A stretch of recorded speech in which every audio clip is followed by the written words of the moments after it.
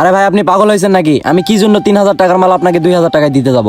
ভাই আমার ছোট ভাই তো অনেক আমাকে আশা করে নিয়ে আইছে, ওরা যদি এখন কিনে না দিতে পারি ওই অনেক কষ্ট পাবে। আপনি তো আমাকে মুশকিলের মধ্যে ফেলাইলেন। আর আপনার কাছে টাকা নাই সেটা আমাকে আগে বলবেন না? তাহলে আমি কম দামি মাল দেখাইতাম। আর আপনার ভাই তো এই দোকানের সবচেয়ে বেস্ট কোয়ালিটির মালগুলা পছন্দ করছে। আচ্ছা যাই হোক, আপনি এদিকে আসেন, আমি দেখতেছি।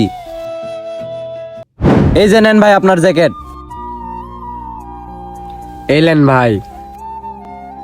2000 টাকা দিচ্ছেন? আচ্ছা ঠিক আছে ভাই, যান। ভাই তোমরা আবার আমাদের দোকানে আইসো। আচ্ছা ভাই ঠিক আছে, থাকেন, আসি তাহলে। কিরে ওই ভাইয়েরা কি নিল? ভাই একটা জ্যাকেট নিছে। এই যে 2000 টাকা। 2000 টাকায় কোন জ্যাকেটটা নিছে?